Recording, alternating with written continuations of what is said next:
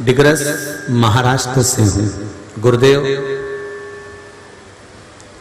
आपने हरतालिका तीज के दिन फुलेरे का दर्शन करें ऐसा मार्गदर्शन किया। महाराष्ट्र में फुलेरा किस तरह से बनाया जाता है हम लोगों को स्मरण नहीं है।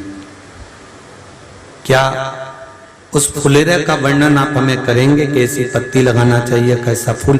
हमको ये प्रश्न कल यहाँ से जाने के बाद आ चुका था सीहोर के ऑफिस में, और उसके बाद हमने पंडितों को कहा था कि एक फुलेरा तैयार कर कर रखें और उस फुलेरे का दर्शन सभी को लाइव कराएं, जिससे घर पर या मंदिर में आप शिव जी की जब आराधना करें तो उसके ऊपर फुलेरा बंधा होना चाहिए। जैसे ये शिवलिंग आपने बनाया बालू रेत का, मिट्टी का, जो शिवलिंग का निर्माण करा है, उस शिवलिंग का निर्माण करने के बाद में आपके मध्य में जब आप शिवलिंग बनाते हो घर के अंदर हॉल में या मंदिर में, तो ऊपर कोई कुंडी वगैरह लगी हो, पंखा लगा हो, उस पे से रस्सी बांध कर लेकर आकर इस फुलेरे को इस तरह से शिव जी के ऊपर लटकाया जाता है। इसको फुलेरा कहते हैं। ये भगवान शंकर का अखंड सौभाग्य देने का फुलेरा होता है, जिसको माता पार्वती जी, उमा, कात्यायनी देवियों ने इसका स्मरण किया। एक गोल होता है, गोल, चौकोर, तिरछा, जिस तरह से भी बनाना हो, पर शिव जी के ऊपर नीचे शंकर भगवान होते हैं। ये थोड़ा ऊंचा, जिससे पूजन भी आराम से हो जाए, इसको ऊंचाई की ओर लगाया जाता है, जिससे भगवान, जैसे अपन जलाधारी लगाते हैं उसी तरह से इस फुलेरे को लगाया जाता है। तो इस फुलेरे में कहीं ना कहीं पत्तियों को भी लगाना चाहिए। माला के साथ में कोई आम की पत्ती हुई, अशोक की पत्तियां हुई, उसका भी स्मरण इसमें आता है महाराज, उसका भी स्मरण। जैसे भगवान देवाधिदेव महादेव का शिवलिंग का जब दर्शन हो गए सबको फुलेरा का, अरे जम के तो बोलो, हो गए ना? और जितने लोग आस्था पर सुन रहे हैं, जितने लोग फेसबुक यूट्यूब पर सुन रहे हैं, अगर आपके स्मरण में फुलेरा नहीं हो तो उसका दर्शन अवश्य करिएगा। शिव मंदिर में अगर जलाधारी भी लगी हुई है तो जलाधारी से फूल बांधकर नीचे की ओर लटकाना चाहिए, पर लटकाना चाहिए, फुलेरा बनाना चाहिए।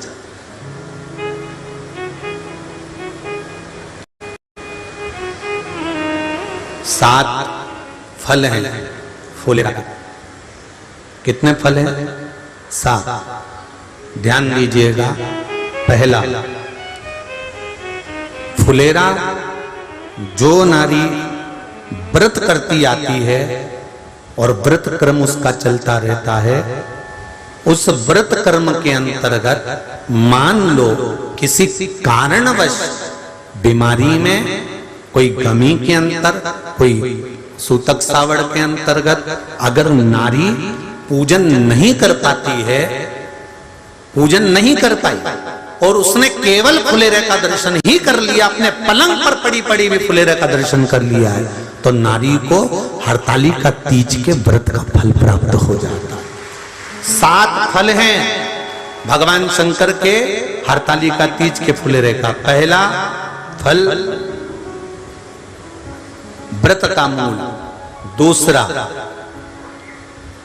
यदि कोई नारी आई और उसके संतान नहीं, 10 साल, 8 साल, 5 साल, 6 साल, 7 साल, 12 साल, 15 साल हो गए, उस फुलेरे का मात्र स्मरण कर कर एक पुष्प भी उसने अगर हल्दी कुंकू का लगाकर उस फुलेरे का टच कर कर भगवान शिव के पावन चरणों में रख दिया है और विनती कर कर गई है, तो अगला फुलेरा वो खुद बनवाती है, उसकी गोदी में संतान आ ही जाएगा।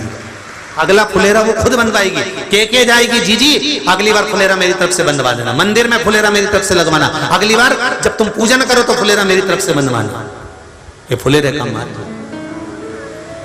तीसरा,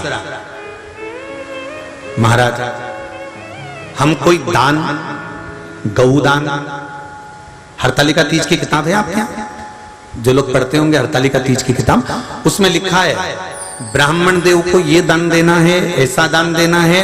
अब कोई गरीब है, कोई साधारण है, नहीं है किसी की कैपेसिटी, नहीं दे सकता, तो क्या होता है? तो कहा हम गौदान नहीं कर पाते, हम स्वर्ण दान नहीं कर पाते, हम वस्त्र दान नहीं कर पाते, हम मुद्रा दान नहीं कर पाते, हम अन्नदान नहीं कर पाते। हम ये सारे दान अगर नहीं भी कर पाते हैं तो शिव महापुराण की कथा कहती है तीसरा फल फुलेरे का है कि मात्र फुलेरे का दर्शन स्पर्श कर लेने से सारे दानों का पुण्य फल प्राप्त हो जाता है। यह तीसरा फल फुलेरे।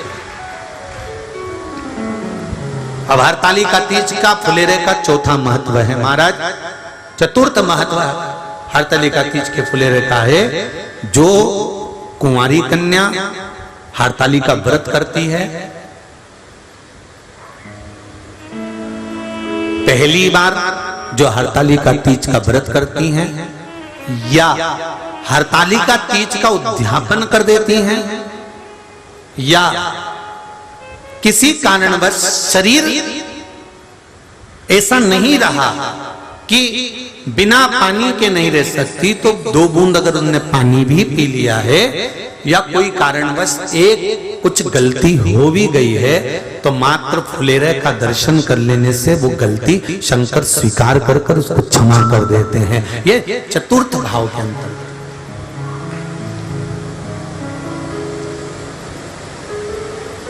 फुलेरे का अगला वर्णन करा गया महाराज शिव तत्व की ओर, शंकर भगवान की ओर। हम ना काशी जा सकते हैं, हम ना सोमनाथ जा सकते हैं, हम ना किसी स्थान पर जाकर एकांत में भगवान शंकर का स्मरण कर सकते हैं। मान लो हमें एकांत में बैठकर शिव की भक्ति करना है, किसी मंदिर में किसी देवालय में जाकर भक्ति करना है, तो फुलेरे का मात्र दर्शन करने से, पूजन स्मरण करने से उस भक्ति का फल भी हमारे खाते में आ जाता है। और फिर अगला आखिरी का जो वर्णन किया गया है वो कहा गया कि पार्वती मैया गुफा में जाकर भगवान का भजन करती थी, शिव का स्मरण करती थी और फिर अपनी सहेलियों के साथ बैठकर शंकर का स्मरण करा, जिसका फल पार्वती को मिला।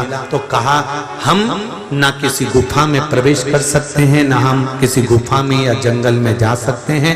इस फुलेरे के नीचे शंकर भगवान की जब अर्चना करते हैं, आराधना करते हैं, हरतालिका तीज के दिन फुलेरे के नीचे हम भगवान शिव की पूजन करते हैं, तो हमारा वन में किया गया भजन का फल ही हमको प्राप्त हो जाता है। ऐसे फुलेरे का